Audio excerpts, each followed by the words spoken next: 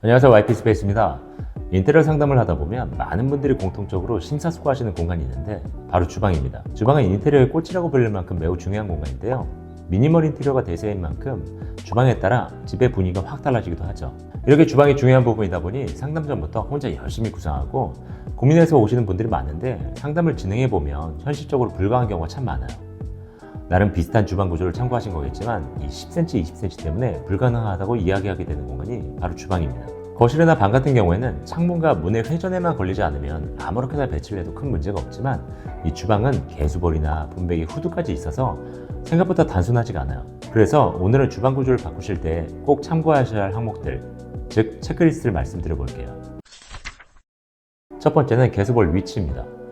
주방 구조를 고민하실 때 항상 이리 갔다 저리 갔다 요리조리 옮겨지는 게 바로 개수볼이죠. 근데 이 개수볼이 움직일 때는 늘 냉수와 온수 그리고 배수구가 함께 옮겨져야 돼요. 하지만 많은 분들이 이 부분을 놓친 채 주방 구조를 접근하시죠. 개수볼의 냉온수와 배수를 이동하는 공사는 크게 노출과 비노출 방식 이 두 가지로 나눌 수 있는데요. 그럼 각각 어떤 상황에서 노출과 비노출 방식을 택하게 될까요? 먼저 기역자나 D자 구조의 주방을 진행하실 때는 이 설비 배관들이 가구로 다 가려지기 때문에 배관을 노출로 갈 수가 있어요. 배관이 가구 안쪽에 있다 보니 노출 방식을 택해도 시선에서 보이지 않는 곳에 있어 마감 후에는 전혀 눈에 띄지 않고 그렇다 보니 굳이 바닥을 까서 매립을 할 필요가 없는 거죠. 사실 배관은 노출되어 있는 펜 추후 누수 발견이나 AS적인 측면에서 훨씬 좋거든요. 반면 대면형 구조의 경우에는 기존 자리에서 이 아일랜드까지 가는 경우에 연결된 배관을 가릴 수 있는 수납장이 없기 때문에 반드시 매립이 필요하고, 이렇듯 내가 원하는 주방의 구조에 따라 배관이 노출, 비노출, 즉 매립으로 진행할지가 결정되는 겁니다. 배관을 매립하는 방식은 노출 방식에 비해 공사도 크고 금액도 훨씬 비싼 편인데요. 매립 공사 그거 그냥 바닥 까서 묻으면 되는 거 아니야? 라고 생각하실 수도 있지만 그 바닥을 깐다라는 부분이 절대 간단하지가 않아요. 상가와는 다르게 아파트는 바닥에 난방 배관이 있어서 그 부분을 주위에서 피해가며 바닥을 까내야 하고, 난방 배관 밑으로 새로운 배관을 조심히 넣어야 하기 때문에 노출 배관과 비교했을 때 난이도가 훨씬 높을 수밖에 없어요. 이 외에도 배관을 매립하는 경우엔 배수구의 구배를 잡는 것도 쉽지 않는데요. 노출 배관은 가구에 가려지기만 하면 되기 때문에 하수 배관의 물경사를 잡는 게 그나마 편하지만, 매립 배관은 기존 난방 배관 아래에서 어떻게든 구배가 나와야 하는 거라 늘 어렵게 느껴지는 부분이에요. 기존 배수구에서 새로운 배수구까지 거리가 멀어질수록 경사를 더 높게 줘야 하는데, 움직이지 못하는 기존 난방 배관보다 배수구가 항상 아래에 존재하기 때문에 참 어려운 숙제 중 하나죠. 작업이 쉽지 않다는 거지 불가능한 건 아니니 너무 겁먹지는 마세요. 핵심은 개수볼의 위치가 달라지면 주방 설비 공사를 해야 한다는 거예요. 그럼 대면형 구조는 항상 설비 공사를 하고 반드시 매립 배관으로만 진행해야 하는 걸까요? 답은 대면형 주방의 개수볼의 위치에 따라 달라질 수 있는데, 대면형도 아일랜드에 개수볼이 있냐 없냐로 설비 공사의 방향이 정해지기 때문이에요. 아일랜드가 길게 나올 수 있는 경우에는 대부분 뒷면에 키큰 장을 가득 채우시고 전면에 아일랜드를 길게 두시는데요. 아일랜드의 개수볼과 인덕션을 한 곳에 두신다면 반드시 설비 작업을 해야겠지만, 아일랜드의 폭이 너무 작아서 개수볼과 인덕션이 한 곳에 있지 않다면 이때는 개수볼이 어디에 있느냐에 따라 설비 공사의 필요성이 달라지게 되는 거죠. 개수볼이 벽면에 존재하는 구조라면 설비 공사가 생략될 수도 있지만, 아일랜드로 나오게 된다면 바닥에 매립해서 설비 공사를 진행할 수밖에 없어요. 결론적으로 대면형 구조라도 이 개수볼의 위치에 따라 공사의 범위와 금액은 달라진다 라고 알고 계시면 좋아요. 두 번째는 분배기입니다. 개수볼의 존재감 때문에 상대적으로 잊혀지곤 하는 게 바로 이 분배기인데요. 아무래도 눈에 바로 보이지 않다 보니 주방 구조를 고민하실 때 놓치시는 경우가 많은 것 같아요. 분배기는 보통 개수볼 바로 아래에 있지만 둘이 꼭 같이 있어야 하는 건 아니에요. 단지 개수볼에 연결된 호수들이 너무 많아서 그 아래 공간은 제대로 된 수납이 되지 않다 보니 평상시에 조작할 필요가 없는 분배기를 하단에 배치한 것 뿐이거든요. 결국 주방 구조를 변경하실 때 개수볼이 이동한다고 해서 분배기까지 같이 이동할 필요는 없다는 거예요. 하지만 그렇다고 해서 분배기의 존재를 완전히 무시할 수는 없죠. 분배기가 있는 곳에는 식세기나 냉장고 같은 가전을 배치할 수 없고, 주방 구조에 따라 외부로도 노출될 수 있기 때문에 분배기는 주방 구조 변경 시에 반드시 신경 써야 할 부분 중 하나긴 합니다. 분배기 위치를 무시하고 주방 구조를 짠다면 오랜 시간 고민했던 주방 구조가 물거품이 되거나 분배기를 이동하는 공사를 추가해야 하는 일이 발생할 수밖에 없게 돼요. 참고로 분배기 이동은 생각보다 큰 공사인데요. 난방 배관들이 많이 연결되어 있기 때문에 분배기를 옮기는 건 개수볼로 옮기는 것과는 차원이 다릅니다. 바닥을 크게 철거하고 기존에 연결되어 있던 수많은 난방 배관을 분해해 재현장해야 하는데, 이는 공사가 크고 비용도 큰 편에 속하거든요.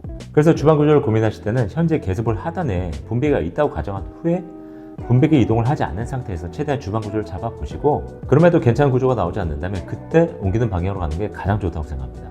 세 번째는 후드입니다.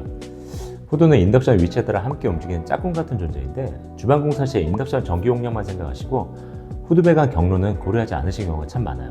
인덕션 주변에 전기 코드만 꼽으면 되지만 후드 이동은 생각보다 간단하지 않아서 꼭 고려를 해주셔야 하는데요. 후드는 모터를 돌려서 바람을 내보내는 방식으로 작동하기 때문에 냄새가 빠지는 곳까지는 경로상 배관이 있어야 돼요. 고깃집에 가보시면 건물 외벽을 타고 올라가는 관들이 있는데 그 큰 후드와 배관이 축소돼서 우리 집에 설치되어 있다고 보시면 됩니다. 중요한 건 후드의 위치는 바꿀 수 있지만 상가와는 다르게 냄새가 빠지는 벽구멍의 위치는 내 마음대로 바꿀 수가 없기 때문에 인덕션의 위치를 변경하시려는 분들은 이 배관의 경로를 함께 생각하셔야 하는데요. 결국 내가 이동하고 싶은 위치에서 외부나 공용으로 나가는 구멍까지 배관이 길게 연결되어야 한다는 건데 이 배관은 겉으로 드러나면 굉장히 지저분하기 때문에 숨기는 게 가장 좋겠죠.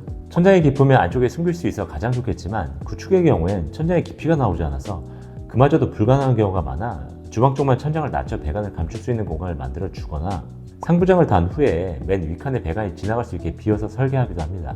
하지만 이게 다 좋은 방법이라는 할 수가 없어요. 천장을 낮추게 되면 답답함이 느껴질 수도 있고 주방을 넓어 보이게 하려고 인테리어 공사를 결심한 건데 배관 때문에 상부장을 억지로 해야 하는 경우도 생기기 때문이에요. 또 이 두 가지보다 중요한 건 환기력에 문제가 생긴다는 건데요. 모터의 힘은 달라진 게 없는데 배관이 길어지면 자연스럽게 밀어내는 힘은 떨어져서 환기력이 감소하게 되거든요. 그래서 기존 후드에서 멀어지는 주방의 경우에는 일반 후드가 아닌 탄소 필터형 후드를 권장드려요. 이 제품은 모터를 역으로 돌려서 멀리 내보내는 방식이 아니라 공기 필터를 사용해서 그 자리에서 냄새를 걸러주는 건데 그 모양은 후드처럼 생겼지만 사실상 공기청정기와 같다고 보시면 됩니다. 예전에 후드가 멀리 이동하게 되면 탄소 필터 천장형 후드를 많이 사용했는데 요즘은 그런 방식도 잘 하지 않는 편이고 후드와 인덕션이 하나로 합쳐진 제품을 사용하는 추세예요. 이 제품 역시 모터 방식이 아닌 탄소 필터형 방식이라 배관 연장할 필요가 없고 천장이나 벽에 후드가 별도로 필요하지 않게 돼서 주방이 한결 넓어 보이는 효과도 있답니다. 가끔 후드로 인테리어 포인트를 주려는 분들도 계시는데요. 이 대형 평수의 경우에는 고급 천장형 후드가 디자인적 가치가 있긴 해서 달아도 좋겠지만 소형 평수의 경우라면 주방이 워낙 작기 때문에 후드 자체를 달지 않는 게 조금 더 개방감을 줄 수 있으니 후드 일체형 인덕션을 달고 후드는 가감히 포기하시는 게 디자인적으로 낫다고 판단돼요. 후드 일체형 인덕션은 예전엔 참 비쌌는데 최근에 금액이 착해져서 국산 인덕션과 천장형 후드를 다는 것과 차이가 많이 줄었어요. 하지만 이마저도 인덕션을 새로 구매하신 분들이 하는 가능한 이야기지 이전에 사두신 인덕션이 있다면 버리고 다시 사는 건 쉬운 일이 아닐 거예요. 그래서 새로 인덕션을 사는 게 아닌 기존 인덕션을 가지고 가실 예정이라면 인덕션을 고려하실 때 꼭 후드 배관을 함께 고민하시라고 말씀드리고 싶어요. 지금까지 말씀드린 세 가지 항목을 알고 계셔도 주방의 수치를 모르고 구조를 잡는 건 무의미하겠죠. 실직을 바로 할 수 있으면 가장 좋겠지만 세입자가 있어 함부로 나를 들어가지 못하는 경우도 있다 보니 나를 잡고 실직을 하기 전까지는 평면도를 활용할 수밖에 없는데요. 평면도를 구하는 팁을 간단히 알려드리자면 네이버 도면을 활용하는 것과 관리사무소에 요청한 방법 두 가지가 있어요.